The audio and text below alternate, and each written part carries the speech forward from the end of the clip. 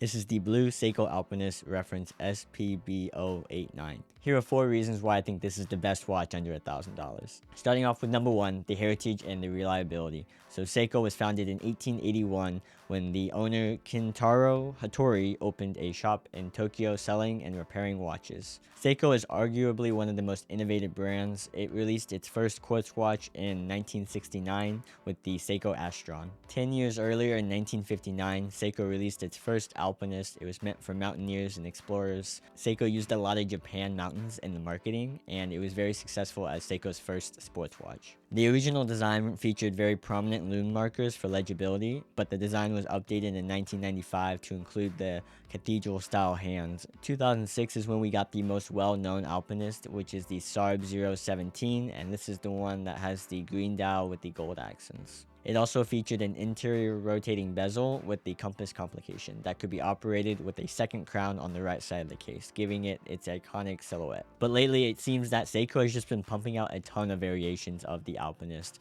We have different colorways, we have some with bracelets, no bracelets, we have some of the original design with those large lume markers, and then we also have the more newer design with the cathedral style hands and the bright sunburst styles. They even make one in a smaller case. They call it the Baby Alpinist, and it lacks the second crown and the inner rotating bezel, but it keeps that same design language. Seiko is well known for their incredibly reliable movements that are made and designed completely in-house. Some of their higher end offerings even go down to growing their own crystals that are used in their movements. With their entry-level movements like the 4R35, you're getting very robust movements that will meet pretty much anyone's needs. 99% of people won't need anything more accurate or more magnetic resistant. But with this watch, you are getting the upgraded 6R15. This movement has hand winding, the rotor is bidirectionally winding, and it has hacking.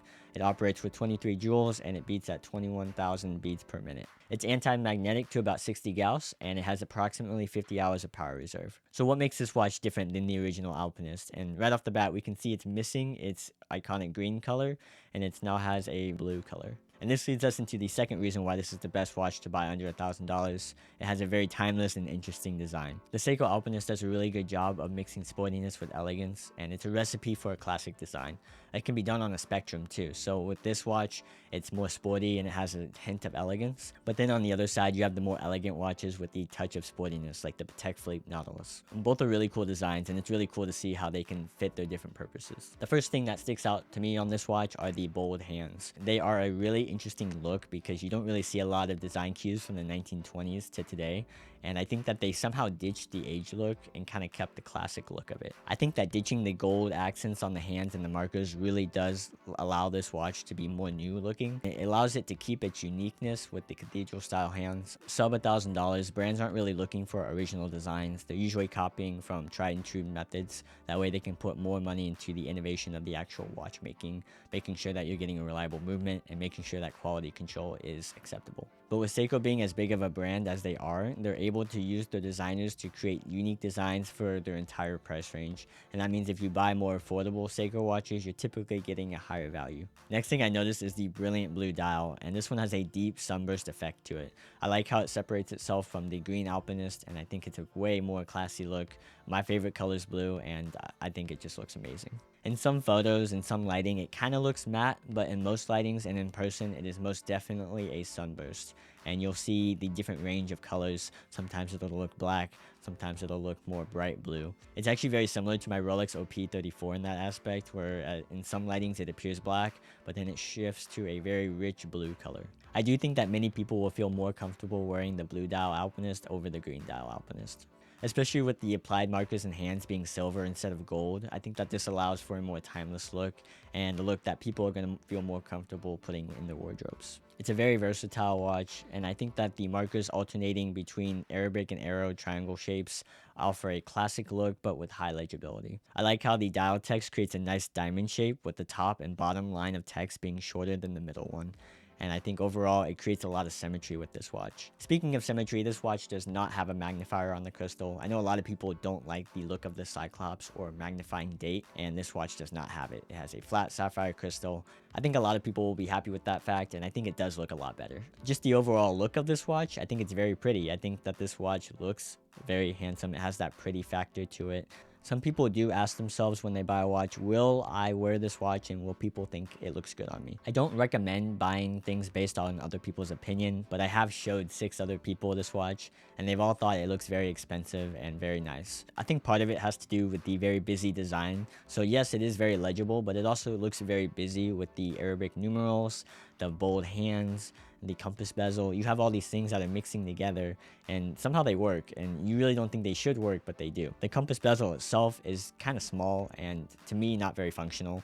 I'm not even sure when I would use this. In order to operate the compass bezel, you need to use the sun, and if you know where the sun is at in the sky, then can't you just say, well, the sun rises in the east and sets in the west? I don't know why. I hope that's right. I don't know why you would need a compass bezel, but apparently it was useful for mountaineers. For the everyday man, I would much prefer a GMT bezel or literally anything else, a die bezel. A countdown bezel would be really interesting, but with this one, you're just kind of stuck with the charm of the compass bezel. In order to operate it, you would turn the second crown at the 4 o'clock position. It is not a screw down crown. You would turn the crown away from you to go counterclockwise, and you would turn the crown towards you to go clockwise. The case finishing, like any good case finishing, is a mixture of brushed and polish, and I think it looks really amazing. Although with the high polish bezel, it is kind of wide, and I do think that if I wore this too much, I would scratch the hell out of it. But maybe that's what you're looking for. Maybe you're looking for that rugged tool that you can scratch up and just wear everywhere and beat the hell out of, then this would be a really cool watch to do it with. Number 3, the wearability and the strap. This watch is incredibly comfortable to wear, and that's kind of important if you're only going to buy one watch. It has a diameter of 39 millimeters, and this offers plenty of presence on the wrist while not overhanging on most wrists. The lug-to-lug measures at a compact 46 millimeters, and the thickness is under control at 12 millimeters. Note that it wears slightly thinner than that because the case back sinks into the wrist. This watch has twice the water resistance of my Rolex Oyster Perpetual.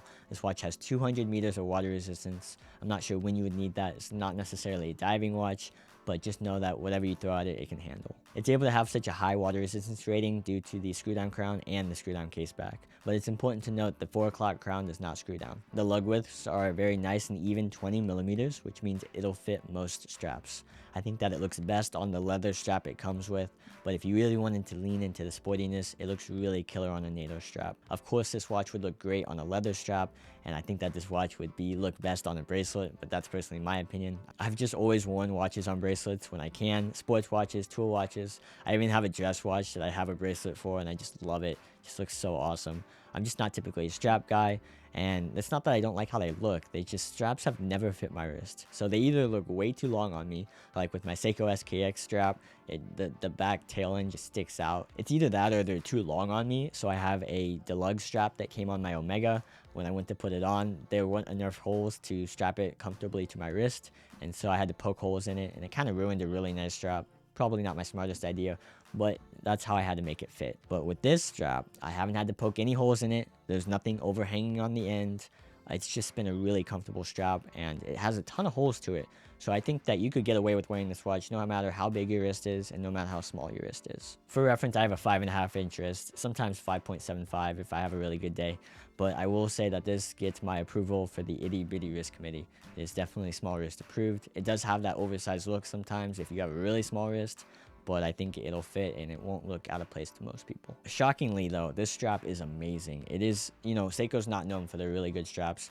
In fact, every time I get a Seiko, I always replace the strap on it. My SKX, my Passage lines, anything that I've had, I've always replaced the strap. But this is the first Seiko strap that I've worn that I would not actually replace, or at least I wouldn't feel the need to right away because it is extremely comfortable. It feels like real leather right out of the box. It didn't take long to conform to my wrist. I will say that this strap does not taper at all, and that's kind of a bummer because the strap leads to a buckle that is very wide, and that very wide piece of metal is definitely going to get scratched up over time. Luckily, Seiko used a brushing technique on the buckle, and in my opinion, that has significantly reduced the scratches and wear that I see on my other watches. Overall, both the dimensions and the strap make this watch very comfortable to wear on the wrist. If you have a 5.5 inch wrist, I think that this watch works. It does look a little big, for me at least, but I think that you won't be called out for having a watch that hangs over your wrist.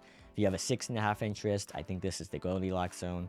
Of course, it's going to look amazing on you. It's going to have that nice fit size. Your wrist is going to hang off the edge a little bit, and it's going to make it look really nice and proportional. If you have a 7.5-inch wrist, this is where you're getting to. This would be like a smaller sports watch kind of look. It's going to look like the Explorer 36mm on most people. In my opinion, it would still work and be a really classy looking size. If you have over a 7.5-inch wrist, one, you're probably not watching this channel, but two, you're probably wearing like Invictus and AP Royal Oak offshores. It's probably not going to fit you if you have over a 7.5-inch wrist. And finally, the fourth reason why I think you should buy this watch is because it's limited edition. And personally, I like limited editions. I think it's kind of cool to have something that not everyone has access to. This watch retailed at $600 US in 2019. But 6 years later, this watch is trading around or under $1,000. This piece is limited to 1,959 pieces, but why not 2,000, you ask? Well, see, the Alpinist was created in 1959, which would make this watch the 60th anniversary watch. From what I heard, the H brand that worked with Seiko to release this watch kind of botched the release, and it caused a lot of scalpers to get these watches. It's kind of unfortunate, but you can still find these watches under $1,000, and I still think they're a good pickup. It's kind of a cool watch that everyone was looking forward to, the blue Alpinist. It's just a really cool look. I don't know why Seiko does this. They always release their coolest watches as limited editions. Two of my other favorite watches are also limited edition. The first one being the 36mm Snoopy collab, and the second one being the 38mm Cocktail Time Margarita. Both are amazing watches and they look so good on me, but they both belong to my parents. So let me know if you want to see a video on those two watches, because they said they would let me borrow them. Apparently, limited editions are a big part of Japan. From watches to albums, even Starbucks coffee drinks have limited flavors. Japan is big on their limited editions, so it's kind of cool to see a little bit more Japanese culture fit into this watch. I really have enjoyed spending some time with this watch. I've only had it for a week. I got to borrow it from Cool Vintage Watches. It's for sale over there if you want to go see it. I was not paid to make this video, obviously. I just do this because I enjoy it. And please like and subscribe. That really does help out a lot. I have plenty more reviews on this channel, so like and subscribe, and I'll see you over there. Peace.